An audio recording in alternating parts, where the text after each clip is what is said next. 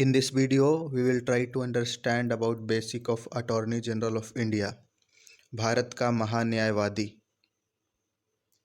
Article 76 Part 5 of Indian Constitution deals with the position of Attorney General of India, power and responsibilities. He is appointed by the President on the advice of Council of Ministers and holds office during his pleasure. To be eligible for appointment, a person must be eligible to be a judge of the Supreme Court. The Attorney General of India is a part of Union Executive. There is no any age restrictions and any fixed tenure for holding the office. He is not considered as a government servant. भारतीय संविधान के अनुच्छेद 76 जो कि भाग 5 में है, उसके अनुसार अटॉर्नी जनरल का डेफिनेशन, उनके शक्तियाँ व उनकी जिम्मेदारियाँ का वर्णन किया गया है। Attorney general of India Bharat के राष्ट्रपति के द्वारा मंत्रिमंडल के सलाह को देखते हुए नियुक्त किए जाते हैं। किसी भी व्यक्ति को अटॉर्नी जनरल बनने के लिए वही न्यूनतम अर्हता होना चाहिए जो कि एक सुप्रीम कोर्ट के जज होने के लिए होता है। एक महत्वपूर्ण बात यहाँ पे ये है कि अटॉर्नी जनरल जो भी मुद्दा होता है वो लीगल देखता है सरकार का, but he is a part of union executive. So अगर क्वेश्चन आए कि attorney general of India is a part of union executive, legislator and judiciary, so यहाँ पे काफ़ी केयरफुल रहने वाली बात है और यूनियन एग्जीक्यूटिव पे ही हम आंसर को टिक मारेंगे। There is no any age restrictions. Attorney general बनने के लिए कोई उम्र की सीमा नहीं है और न ही कोई एक टेन्यूर है कि 5 साल के लिए, 8 साल के लिए। और आखिर में सबसे रोचक बात यह है कि वह कोई सरकारी कर्मचारी नहीं है। जब भी नियुक्ति से रिलेटेड, शक्तियाँ से रिलेटेड, जिम्मेदारियाँ से रिलेटेड क्वेश्चन आए, उसमें अनुच्छेद 76 को हम चयन करेंगे क्योंकि अनुच्छेद 76 है वही अटॉर्नी जनरल ऑफ इंडिया से रिलेटेड शक्तियों की चर्चा करता है। Attorney General of India is the first law officer of the country. As a chief legal advisor to the government of India, he advised the union government on all legal matter or whichever legal matter given by President of India.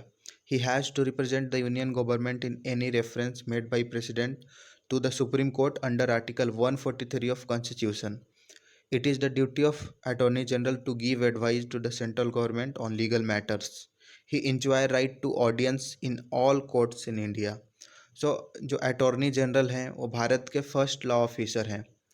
So first law officer से related any question we have undoubtedly tick on the option of attorney general.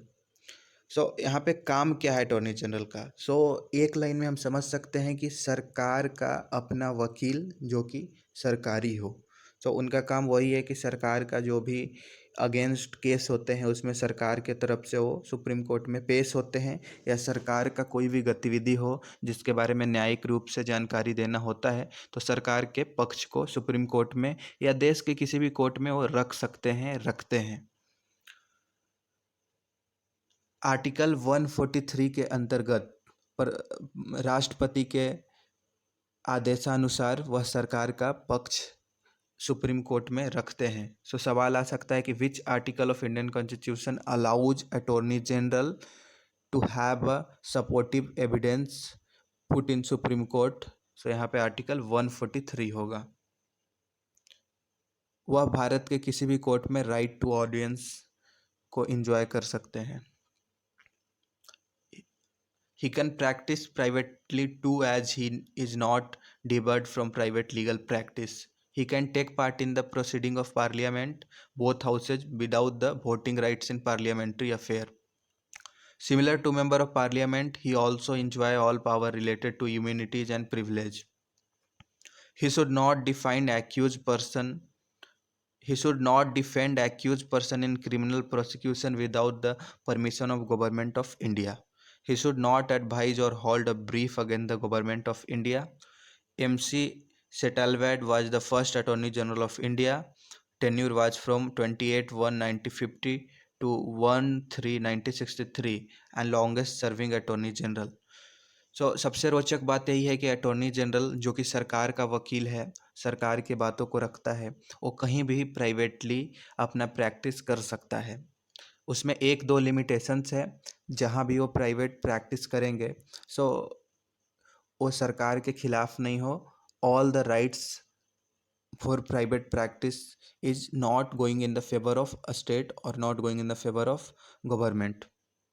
दूसरा, only one constitutional position, that is attorney general, who be the part of both houses. संवैधानिक पद एक ही है जो लोकसभा व राज्यसभा में कोई भी कार्रवाई को सुन सकता है, उपस्थित होकर अटेंड कर सकता है, वो है अटॉर्नी जनरल ऑफ इंडिया।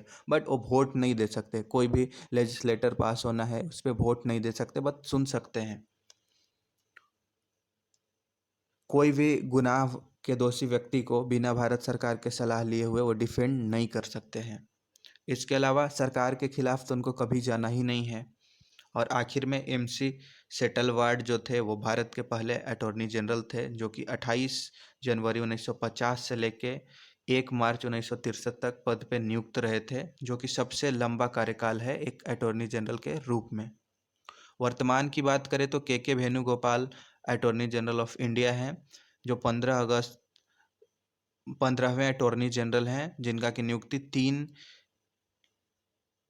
जुलाई 2017 से अभी तक बरकरार है। सो अभी रिलेटेड क्वेश्चन है कि who is presently attorney general of India, उसमें KK वेणुगोपाल का उत्तर को हम सेलेक्ट कर सकते हैं। Now moving forward on a question coming in CDS 2009.